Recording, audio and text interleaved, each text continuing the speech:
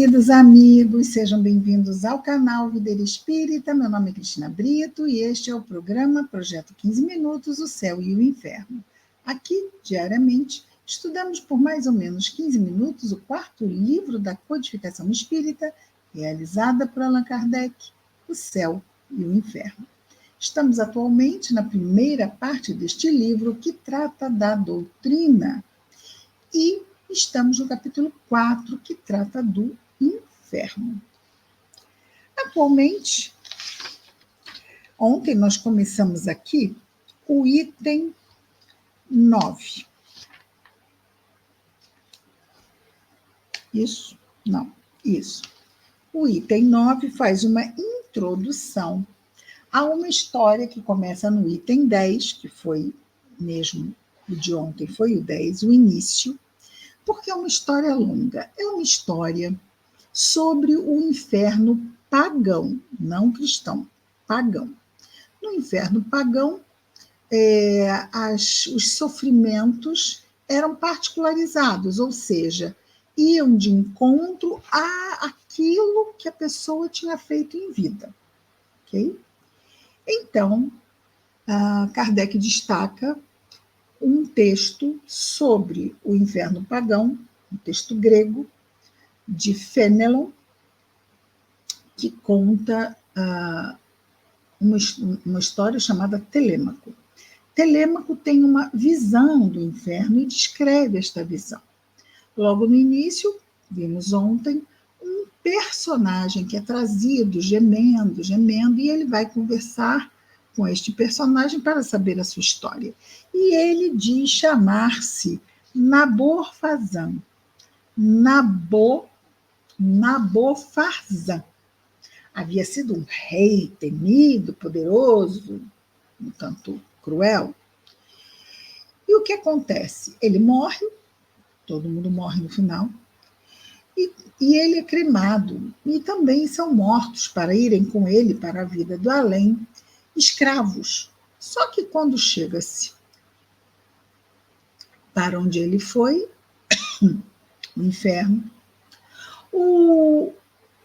vamos dizer assim, o espírito que tomava conta de lá, disse àqueles que eram seus escravos em vida que tinham autorização de torturá-lo. Agora eles seriam os senhores do rei, e não mais... Eu vou parar um instante. Desculpem, engasguei. E não mais seus escravos. Sendo assim, nessa condição, autorizados por Caronte a fazer isso, e seria o tormento dele, ser torturado pelos seus ex-escravos, é o que paramos ontem aqui, com uma descrição de um outro personagem, um espírito de tez, né, de aparência, porque não tem tez, não tem pele, é uma aparência negra, como se fosse uma pessoa negra, de nome Tártaro. E aí, desse personagem, são personagens, todos alegóricos, todos do imaginário grego. Então, saía uma fumaça escura e espessa desse personagem, cujo odor empestado ocasionaria a morte se espalhasse a morada dos vivos. Então, foi assim que terminamos ontem, com o Telêmaco descrevendo este outro personagem que surge naquela cena entre o ex-rei e os seus ex-escravos, que tinham se tornado seus algozes neste inferno pagão. E aí começamos hoje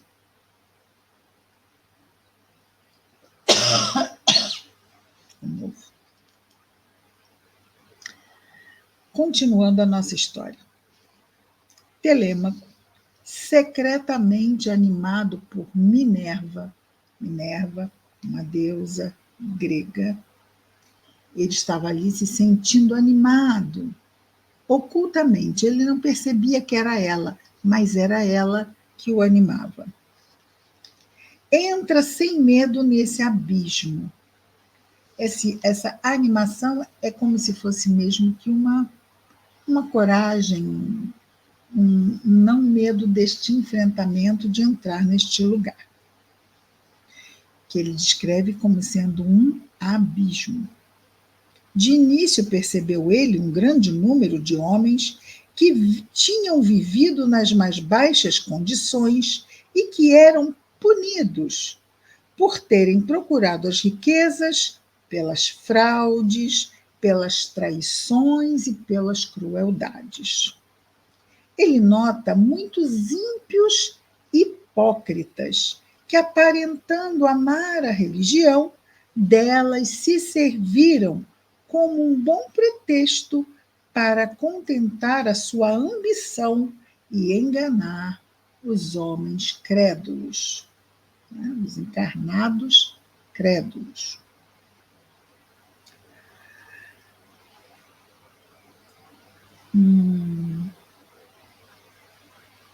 Esses homens que tinham abusado da sua própria virtude, embora seja o maior dom dos deuses, eram punidos como os maiores celerados de todos os tempos. Então, vejamos, eles tinham esta virtude de levar a espiritualidade aos homens. Seria uma virtude se eles não a tivessem aviltado. Eles tinham a virtude, mas a perverteram. Então, Telêmaco nos diz que isto era comparado eles eram comparados como os piores de todos os homens ali naquele inferno. As crianças que tinham degolado seus pais e suas mães, as esposas que tinham molhado suas mãos no sangue de seus esposos. Cristina, peraí, volta aí. As crianças que tinham degolado seus pais e suas mães.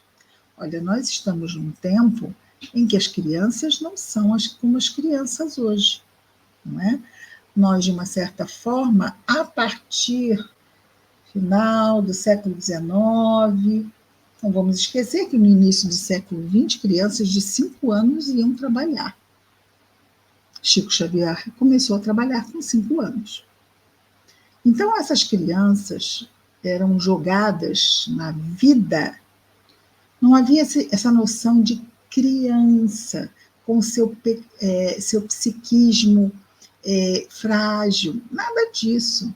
Elas eram jogadas na vida. Crianças de 7 anos eram pegas nas ruas de Lisboa, no tempo dos descobrimentos, e postas nos navios para fazer os trabalhos mais pesados. Morriam, eram jogadas ao mar. Então, a visão que se tinha da criança não é a que temos hoje, ok? Os traidores que tinham entregue sua pátria depois de terem violado todos os julgamentos sofriam penas menos cruéis do que esses hipócritas. Aqueles que diziam aos homens ter a palavra dos deuses, porque eles eram politeístas, não é? E elevá-los até os deuses, mas era tudo mentira, apenas para explorá-los e tirar deles seus recursos materiais. Então, esses eram os piores, considerados os piores do que essas crianças, do que essas mulheres, do que os traidores da pátria, do que todos esses. Então, todos eles sofriam penas menos cruéis do que esses hipócritas, Os 3 juízes do inferno, então era um local onde ainda havia um juizado. Assim o quiseram, e eis as suas razões. Então, os juízes defendem essa tese jurídica de que eles são os piores criminosos, estes religiosos que exploravam os crédulos, dizendo assim: é que esses hipócritas não se contentam com seres maus como o resto dos ímpios. Então, eles não faziam mal a seres maus. Querem ainda passar por bons e fazem com a sua falsa virtude com que os homens não ousem mais confiar na verdadeira, ou seja, na verdadeira virtude, na fé que eleva. Os deuses dos quais zombaram e que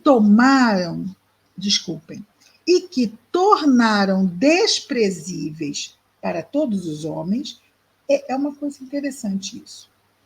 Vimos isso na Idade Média. Muitos foram supliciados em nome de Jesus e, por causa disso, passaram a ter aversão a Jesus, como se tivesse Jesus a responsabilidade pelo mal que sofreram. Da mesma forma, esses hipócritas lá do tempo da Grécia Antiga pervertiam os sagrados dons religiosos e enganavam os crentes. E então os crentes acabavam se virando contra os deuses, em vez de se aproximarem dos deuses, pela ação desses religiosos, mas eram corruptos, não é? Eram hipócritas. Então, eles são responsáveis por este afastamento dos crentes dos deuses.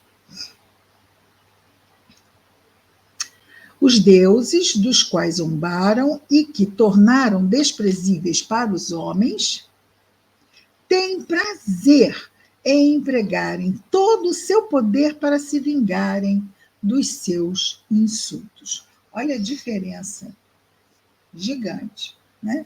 Entre os deuses do inferno pagão, aqui nem vamos comparar com o inferno cristão, vamos falar de Deus em sua misericórdia. Essa questão desse inferno foi toda uma alegoria, mas Deus é misericordioso, jamais haveria uma vingança, como há aqui esta ideia.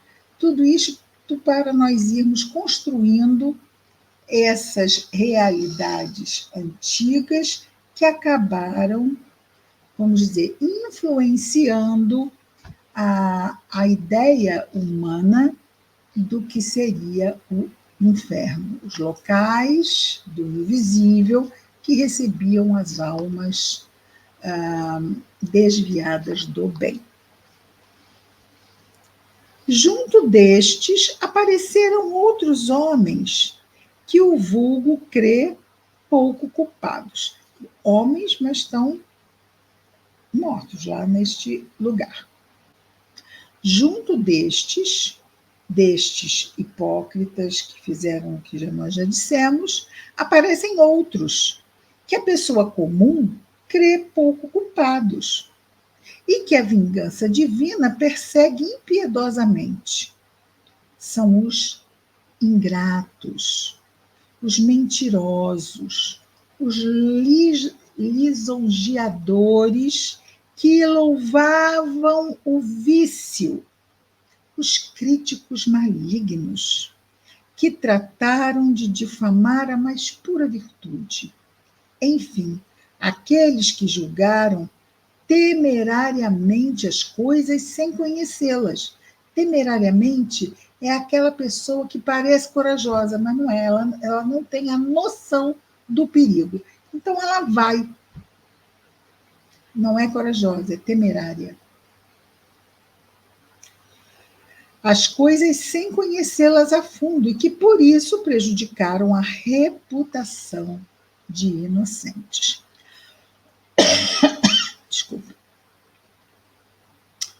ingratos, mentirosos, lisonjeadores que louvaram o vício, críticos malignos que trataram de difamar a mais pura virtude. É a calúnia, não é? A calúnia. Bom, vamos ficar por aqui hoje.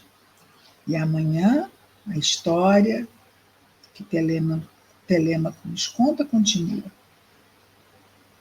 Amanhã estaremos de volta com mais um projeto 15 minutos, o céu e o inferno. Até lá, muita paz a todos.